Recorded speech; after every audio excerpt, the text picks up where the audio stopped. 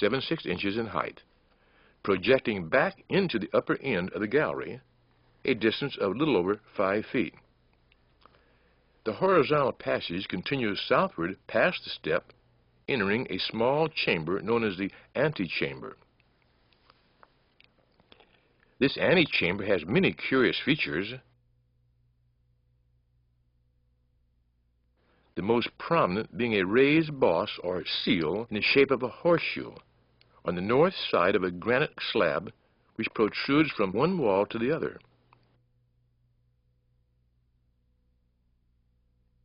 This boss is precisely 5 pyramid inches across its face and protrudes precisely 1 pyramid inch out from the face of the slab, and is exactly 1 pyramid inch off the north-south axis of the pyramid.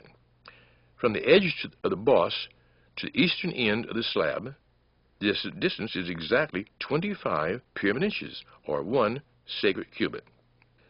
Another noticeable discovery about the boss is that its cubic content, that is, its volume, equals 1 pint, and 1 pint of water weighs 1 pound. Thus we find its length, capacity, and weight are united. Modern research has made a remarkable discovery about the source of the measurement we call the sacred cubit. It is based on the Earth's polar diameter. The latest geodetic surveys found that the polar radius of the Earth to be approximately 3,949.89 miles. Converting this figure to inches and dividing it into exactly 10 million parts, the result will be precisely 25 pyramid inches, or 1 sacred cubit.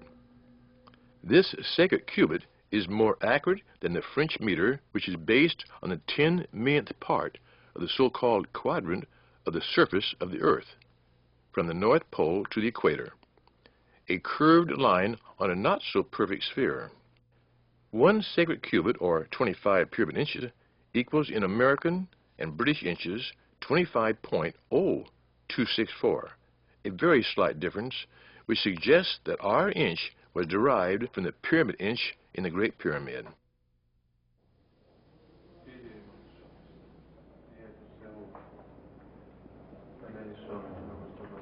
The horizontal passage extending north from the Great Step, known as the King's Chamber Passage, enters the King's Chamber at the northeast corner. This chamber is constructed of very beautiful red granite from the Aswan Quarry, some 600 miles up the River Nile from the pyramid. The walls consist of 5 courses of granite blocks, all trimmed to exactly the same height, with an error not exceeding 1/10 of an inch. The roof of the chamber is made up of 9 granite blocks, each of which extends across the chamber from north to south and some 5 feet beyond into the walls. This chamber also has 2 air ducts for ventilation.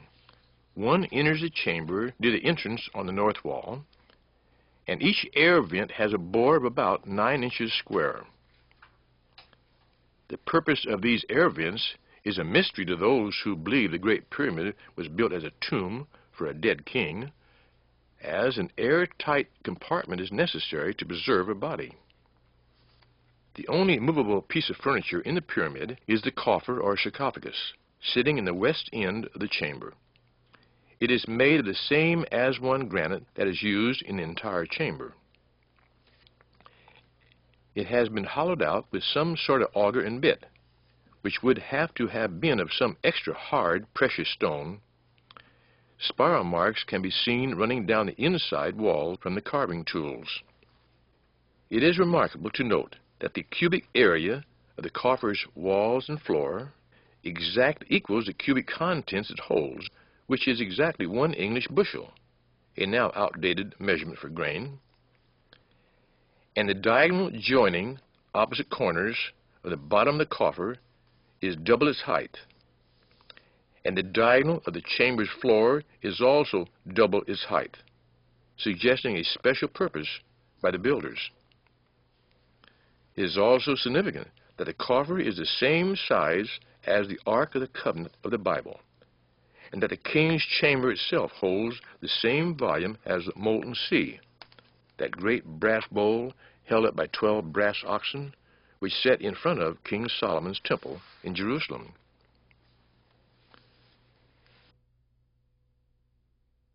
It should also be noted that the coffer cannot be removed from the pyramid, as it is too large to pass through the intersection of the ascending and the descending passages.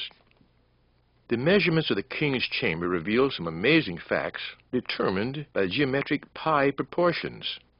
If we draw a circle with the chamber's width as the radius, or use its length as the diameter, the circumference of the circle formed would be equal to twice the side wall of the chamber plus twice its height, which is the circumference of one side wall. Another notable measurement is the distance from the center of the king's chamber passage to the coffer, which is exactly 286.1 pyramid inches, and places the coffer on the north-south axis of the pyramid. One might think that this was just by chance. But if so, can this be chance? The measurement of the king's chamber, that is its length, width, and half its width, all in pyramid inches, exactly equals the number of grains in our United States silver dollar, half dollar, and quarter dollar. Did the architect of the Great Pyramid know the future? Did he know that what was to be the weight of our United States coins over 4,500 years later? The construction over the king's chamber consists of 43 massive granite beams weighing from 50 to 70 tons each, laid joist-wise in 5 cushioned tiers. Above these are 24 massive limestone rafters forming a gabled roof. The 5 spaces above each rafter are appropriately termed relieving chambers to take up and relieve the pressure from thousands of tons weight overhead.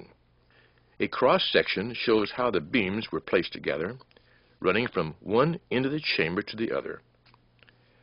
For unknown reasons, the bottoms of each slab were smooth and polished, while the tops were left rough and uneven. These chambers were discovered by Colonel Howard Wise in 1837 by excavating vertically upward from the inner end of the Grand Gallery. From a small opening he found that entered the first relieving space above the king's chamber. Since their discovery, few persons have ventured into these chambers of construction, as they are known.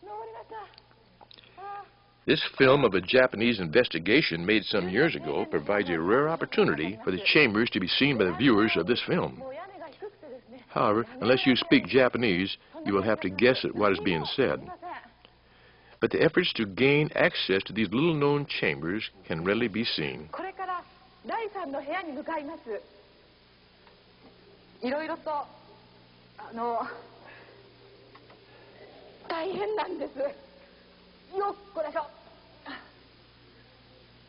The first chamber, known as Davison's chamber, was already open from the east wall of the Grand Gallery, close under the roof, and believed to have been made for inspection sometime after the pyramid was sealed, to see how the roof was holding up. The other 4 chambers, unknown before 1837, are shown here being investigated by the Japanese team.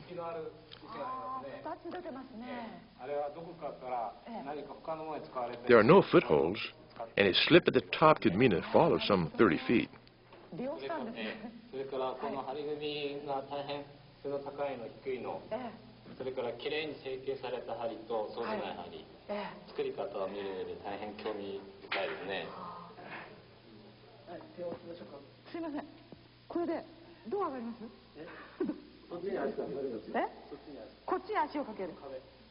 All these chambers are floored with horizontal beams of granite, rough dressed on the undersides, which form the ceilings, but left undressed above.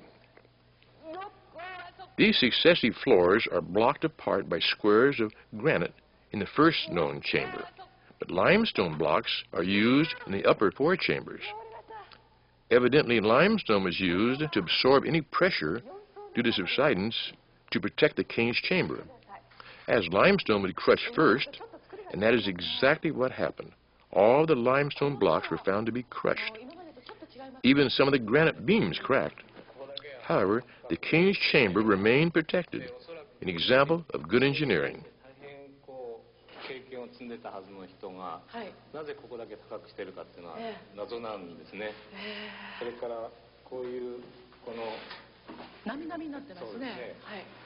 これは多分やっぱりどっかから持ってきた石を使ってるのではないかなというふうに思いますね。よっこらよいよいしょ入った。よいしょ。来たんですけど、ここからどうします。よっ。ここから。いけます。ね。よっ。よっか。よいしょ。よいしょ。よいしょ。Hieroglyphics and mason lines were found in all the chambers in red and black paint. The mason marks show methods of working and measurements while under construction. The hieroglyphics revealed that the pyramid had reached that height of construction in the 17th year of Khufu's reign. Other Egyptian records state that the pyramid was finished and sealed 7 years before Khufu died.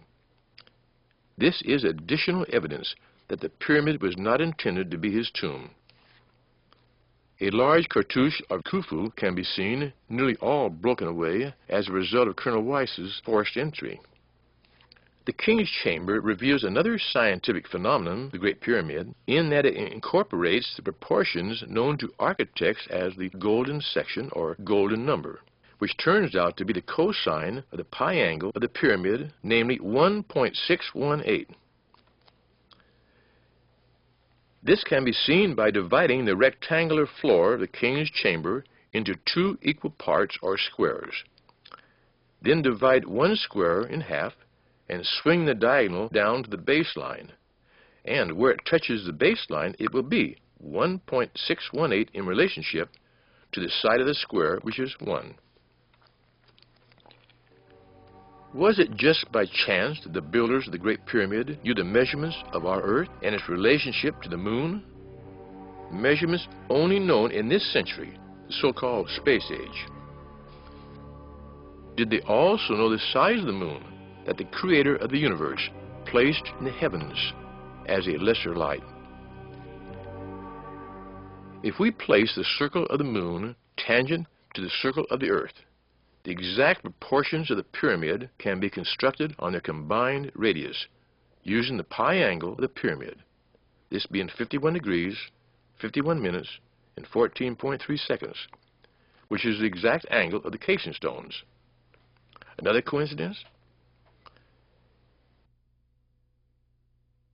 The Great Pyramid is also equally distant from the North Pole and the center of the Earth. How did the builders determine that? It is noted that the pyramid sits on the intersection of the longest land parallel of latitude and the longest land meridian or longitude, and that the land masses on the east and west of the pyramid are approximately equal in area size.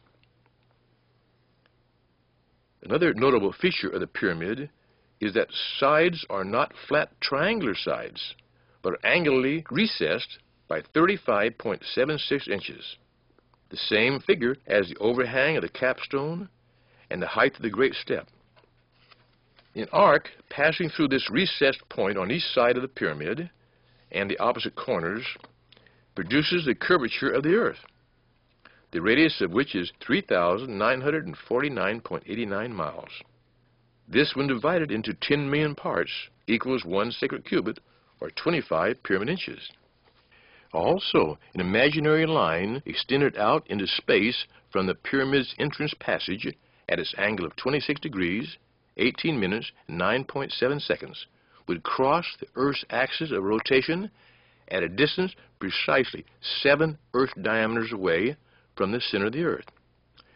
If the pyramid was located even a few hundred feet away from its present location, the angle would be different. And that is not all. The height of the pyramid multiplied by 10 to the 9th